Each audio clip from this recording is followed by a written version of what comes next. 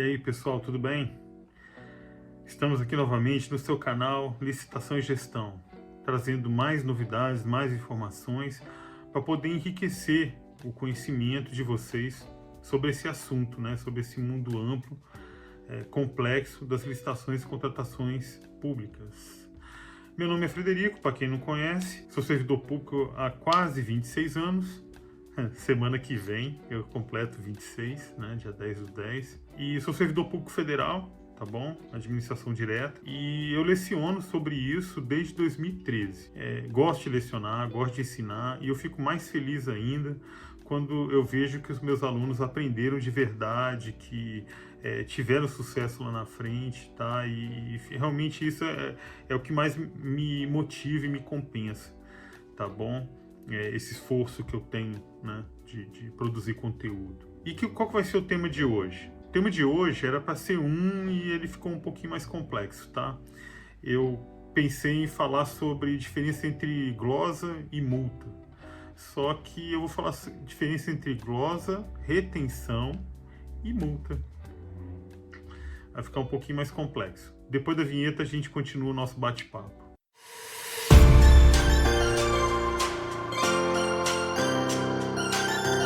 Antes de mais nada, só para a gente poder se situar melhor, tá? A gente já está falando da parte de execução contratual. Então, na licitação, falando assim grosso modo, nós temos algumas etapas. Nós temos a fase interna, onde há um planejamento da contratação. Depois dessa fase interna, nós temos a parte efetiva da licitação, ou, né, se tiver dispensa ou inexigibilidade, é um outro procedimento. O certo é que, depois que a gente passa pela seleção do fornecedor, seja por contratação direta, seja por um processo de licitação, que é a regra, nós teremos aí a vida contratual. A administração pública assina um contrato junto com o particular para prestação de serviço ou de fornecimento de um bem. E a partir daí se inicia tipo, como se fosse um casamento, né, vamos dizer. E a partir daí que a coisa começa a ficar mais séria, até que se conclua o objeto contratual ou até que haja uma rescisão contratual, nós temos a vida do contrato, nós temos a execução, a efetiva execução do contrato. E é aí que mora os assuntos que nós vamos tratar nesse vídeo, efetivamente. Então, começando pela glosa. O que é glosa? A glosa ocorre quando os serviços que a gente contratou, a administração pública, quando falo de gente, é administração pública, né? Quando a gente contratou o serviço que ele não foi prestado a contento, ou não foi prestado com a qualidade mínima esperada. Aí você tem a execução do serviço, não foi com aquela qualidade, você inicialmente deveria pagar um valor, e o que ocorre é que aquele valor inicialmente acordado, ele não é devido. Por quê? Porque o serviço ele não foi executado da forma como deveria, ou faltando algum item, ou de uma forma diferente do que foi acordado ou que foi solicitado. Então, isso é glosa. Aí a glosa, como é que funciona? É quando vem uma fatura, e aí, a partir daquela fatura, a administração não concordando com isso, ela resolve pagar um montante menor do que está lá na fatura. Então, a glosa é exatamente essa diferença entre o valor da fatura, da nota fiscal, e o valor que a administração efetivamente pagou. Isso é a glosa. Existem glosas parciais e glosas totais.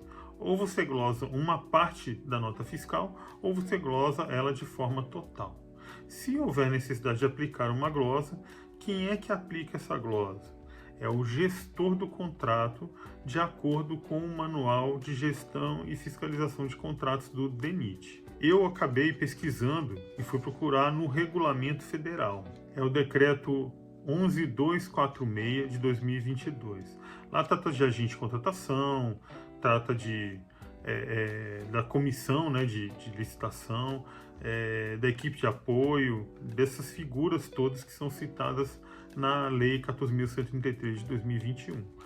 E fala também de gestão e fiscal de contratos. Lá não fala de glosa, não fala de retenção também, mas pelas atribuições que são colocadas ali para o gestor do contrato, tudo nos leva a crer que ele é a pessoa que deveria aplicar a glosa se assim for necessário. De qualquer forma, a glosa não se aplica assim, eu vou aplicar uma glosa e tal. Na verdade, esse assunto já era tratado antes na IN número 5 de 2017. Mas, professor, essa instrução normativa, ela não é baseada na Lei 8.666, que daqui a pouco vai ser revogada? E realmente, em dezembro, ela será revogada. O que acontece, para quem não me acompanha nos vídeos, é que existe uma instrução normativa, a 98 de 2022, de dezembro do ano passado, que ela recepcionou essa instrução normativa número 5 para que você possa utilizá-la com base na 14.133. Então, vinda ao longa o rei, né? Então ela vai continuar aí vivendo com a gente vai poder continuar usando ela por mais algum tempo. É uma norma riquíssima, tá? E tem razão de ser, ela foi aprimorada, antes dela vieram outras instruções normativas até chegar nela. Então ela é o resultado de muito trabalho, muita pesquisa, muita vivência da administração pública. Essa IN5, ela trata também, ela fala da glosa e tudo, e fala inclusive que existe um procedimento para você poder aplicar a glosa. Então, antes de você aplicar uma glosa, você tem que demonstrar, claro que tudo isso tem que ser documentado, tem que haver uma comunicação formal junto à contratada, mostrando que a administração não concorda com o nível do serviço prestado. Então vai mostrar o que efetivamente ela entende que deve ser pago e não que foi inicialmente pactuado. Por quê? Porque há um descompasso entre o que deveria ter sido executado e o que efetivamente ocorreu, né? Eu já expliquei isso no início do vídeo. Se há esse descompasso, o que acontece? A própria N5, ela diz que o primeiro passo é você formalizar e comunicar à empresa desse problema. Havendo concordância, a empresa vai emitir a nota fiscal e a partir daí sim é que a administração vai pagar. Nesse caso não houve glosa. Haveria glosa se a contratada não concordasse com os termos da administração pública, né? E aí emitisse uma nota fiscal e a administração sim glosaria essa nota. Pelo menos este é o meu entendimento. Nesse caso não houve uma glosa, né? Ou você comunicou antes, então não houve glosa nenhuma da nota fiscal, uma glosa formal, vamos dizer assim. Então, para que serve isso?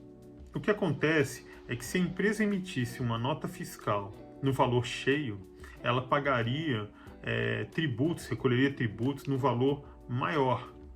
Então isso evita um transtorno, um gasto adicional por parte da contratada, né, caso ela emitisse já a nota de antemão e só depois a administração pública efetuasse a glosa.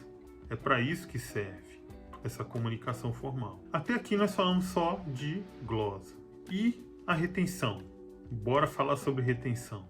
A diferença entre glosa e retenção é a seguinte: a retenção, existem 3 tipos de retenção. O primeiro tipo de retenção é aquele que você faz, que a administração faz, para poder recolher tributos. Então, é uma retenção legal. Está prevista na legislação e tem que ocorrer. Tá? É obrigatória a sua observância. Então, esse é o primeiro tipo de retenção. O segundo tipo de retenção, tá? Que essa classificação é minha, é própria, tá? Então, o segundo tipo de retenção é ilegal. É uma retenção que ocorre quando a administração detecta uma irregularidade por parte da empresa, mas ela não pode reter esse valor. O problema é que muitos órgãos acabam retendo, só que ele não pode fazer isso, tá? Primeiro, porque não há previsão legal. E segundo, porque configuraria enriquecimento ilícito da administração pública. Vou te dar um exemplo. É quando você vai verificar, né, antes de efetuar o pagamento, você vai verificar as condições de habilitação da empresa. E aí você verifica lá, vamos supor que ela está irregular com relação ao INSS ou com relação ao FGTS. Tá? Existem diversos julgados no âmbito do STJ que dizem que você não pode reter esses valores, tá? O mesmo ocorre no caso do TCU. Existem, inclusive, acórdãos tratando desse assunto. Tem um aqui em específico que eu trouxe para você poder pesquisar depois, estudar se for o caso. É o acórdão 279 de 2014, plenário. Nesse acórdão é tratado dessa questão aí. E existe o terceiro tipo de retenção. Qual que é ele? É a retenção que está prevista lá na Lei 14.133. É o único lugar da lei que está previsto esse tipo de retenção. Ele está lá no artigo 139, inciso 4º. Lá fala de retenção. Mas antes da gente falar dessa retenção, eu também tenho que contextualizar para você entender melhor. O artigo 139, ele fala de rescisão unilateral por parte da administração. Vocês sabem quantos tipos de rescisão existem? Existem 4 rescisões, conforme é ensinado pelo professor Rony Charles. Então, nós temos 4 tipos de rescisão. Nós temos a rescisão unilateral, a rescisão amigável, nós temos também a rescisão arbitral, que aí você tem que ter uma cláusula no contrato, né, sobre isso, e temos a rescisão judicial, que é quando a administração está pecando, né, na parte que lhe cabe, ela está fazendo algo de errado com relação ao que está estabelecido no contrato, e aí a contratada entra na justiça e consegue a rescisão. Então essa é a rescisão judicial, né? São 4 então os tipos de rescisão, não se esqueça disso. No caso, nós estamos falando aqui do artigo 139 da Lei 14.133 de 2021. Essa cláusula trata da rescisão unilateral. Na rescisão unilateral, ela só pode ocorrer em algumas hipóteses. Essas hipóteses estão enumeradas lá nos incisos de 1 a 9 do artigo 137 da mesma lei. Eu acho meio enfadonho, tá? Ficar lendo esses incisos aqui. Aí então você pode consultar isso posteriormente na própria lei. Eu acho que é melhor do que eu ficar só lendo aqui. Eu acho que fica até monótono, né? Não vai ser legal para o vídeo, tá? E não é o meu intuito aqui, né?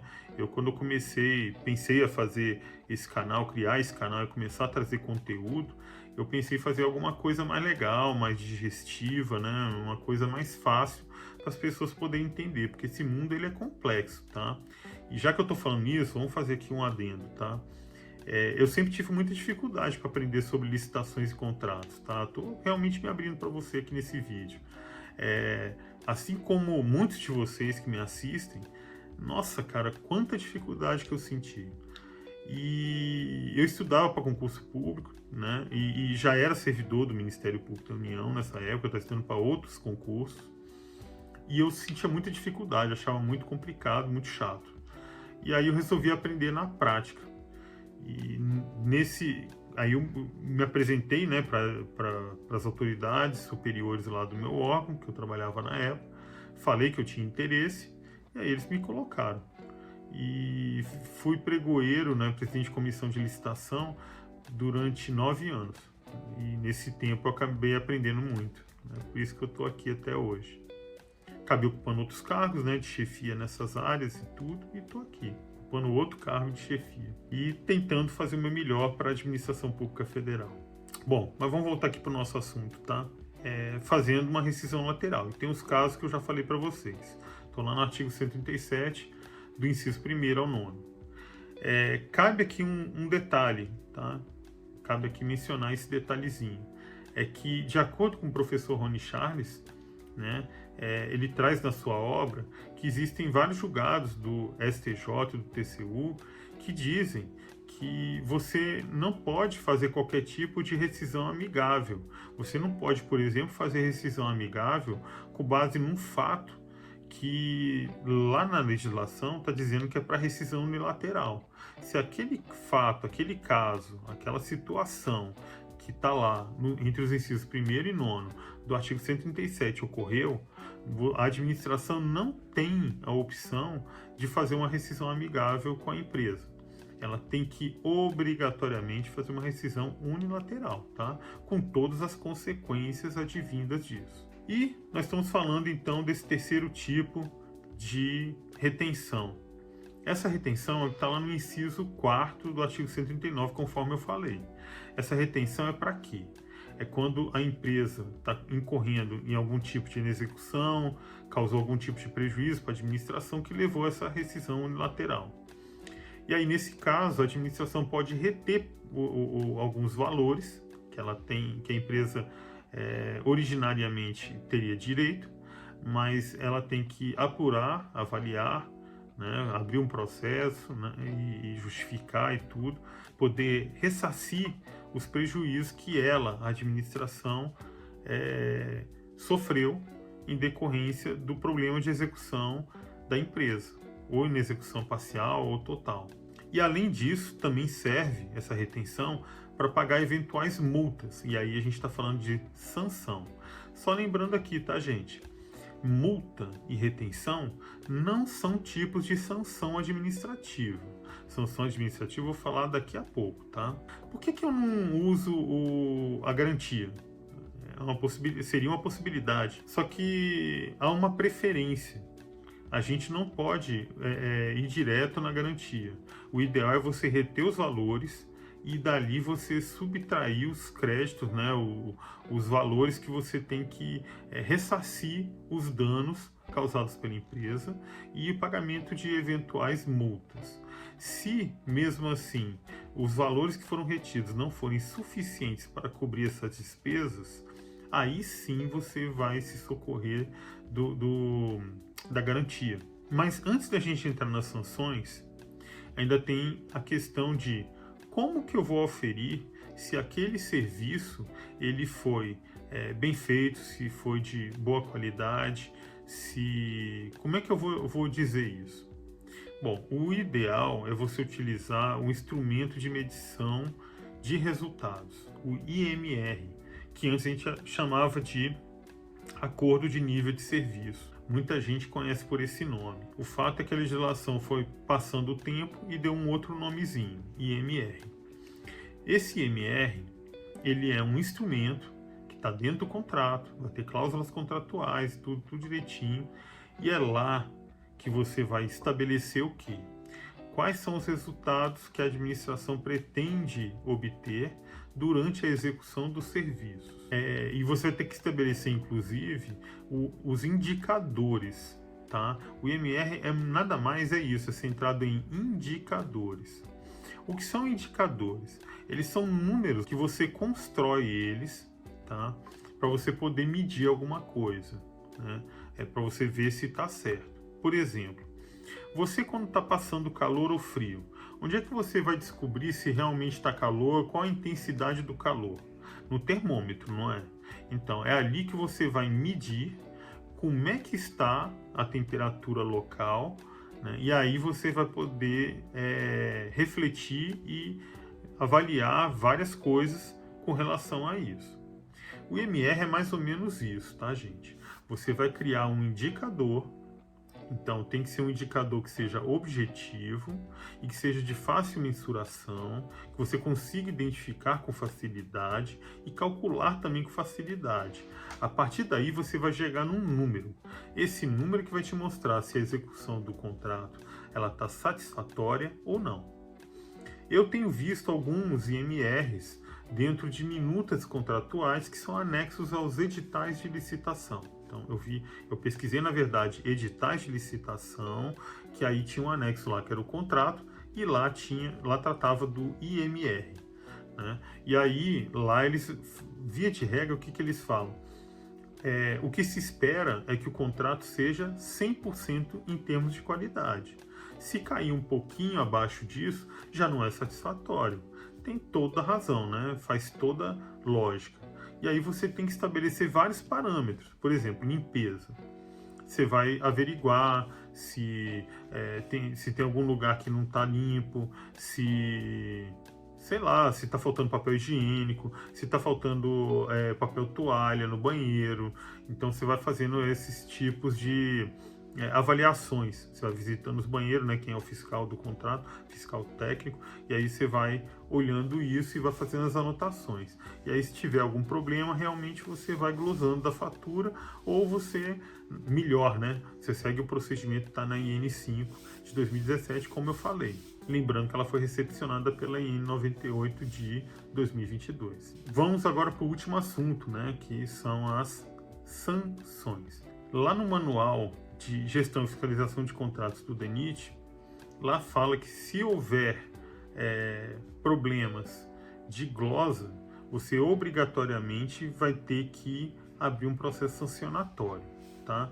Não sei até que medida seria factível você, sempre que tiver que reduzir a qualidade do serviço, que houve uma redução da qualidade do serviço, você tem que aplicar uma glosa, convencer de que o serviço não foi executado de forma satisfatória, né, para contratado, e ele emitir a nota fiscal no valor que a administração espera pagar, se sempre vai haver necessidade de você abrir um processo sancionatório.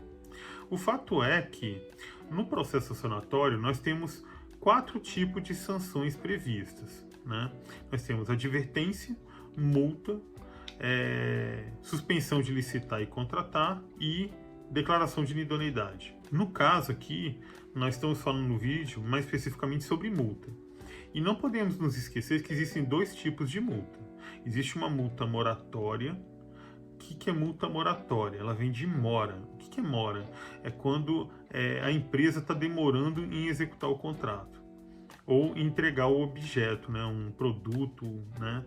Então aí ela está em mora, tá? E existe um outro tipo de multa, que é a multa indenizatória. Essa multa é quando houve já o problema da inexecução, né, parcial ou total do contrato. Existem outros casos que ela é aplicável. O fato é que a Lei 14.133, muito acertadamente, já trouxe um rol de eventos que você vai falando, né? Se acontecer isso, isso, isso e isso, você pode aplicar esse tipo de sanção, né? Eu não vou botar aqui agora, eu acho que a gente pode trabalhar isso em outro vídeo de forma um pouco mais exaustiva, mas eu acho que para esse vídeo é o suficiente. O caso é que a multa indenizatória, mais especificamente, ela é apurada, claro que num processo sancionatório, onde é assegurado o contraditório e ampla defesa. E aí, se for o caso, depois que passaram todas as etapas, que a empresa se defendeu, que a gente analisou e tudo, né? E se for o caso, a gente aplica esse tipo de sanção. Então, o que eu quero mostrar para você é que a multa ela é diferente da glosa e é diferente também da retenção. A retenção, você está segurando um valor. No caso da glosa, você está excluindo um valor, ou total, ou a glosa toda, né, quando é total, ou uma parte, que é o mais comum, uma parte daquela fatura, vai pagar só outra parte que a administração entende que seria a efetivamente devida, por causa da baixa qualidade do serviço ou porque estava faltando alguma coisa na execução. A multa não. A multa decorre de uma falta da empresa. Você vai subtrair um valor dela, tá? Você não está retirando, não está subtraindo um valor da fatura. Você vai cobrar dela, vai emitir uma GRU e ela vai ter que recolher a conta única do Tesouro. Então é diferente, mas as pessoas acabam fazendo muita confusão com relação a esses institutos. Antes de mais nada, antes de terminar esse vídeo, tá? Eu peço para vocês para deixar um joinha aí. Não é fácil trabalhar com isso, tá? O tempo que eu gasto para poder estudar, me empenhar aqui, procurar detalhes e tudo para poder fazer um vídeo rico para você, tá? Realmente demanda um tempo. E eu tô abdicando do tempo de estar com a minha família para poder ter um canal bacana, ter um reconhecimento, para que, entendeu? E assim, quando você deixa um like, quando você deixa um comentário, quando você indica esse vídeo para alguém, para um colega e tudo, é isso que me motiva a continuar, tá bom? É só isso. E, gente, o que é um clique, né? Não é nada. Então é isso, se inscreva aí no canal, deixa o seu clique aí, o seu joinha, tá bom? Ativa o sininho para receber as notificações, se você está curtindo, tá bom? Fiquem todos com Deus. Um forte abraço e até a próxima.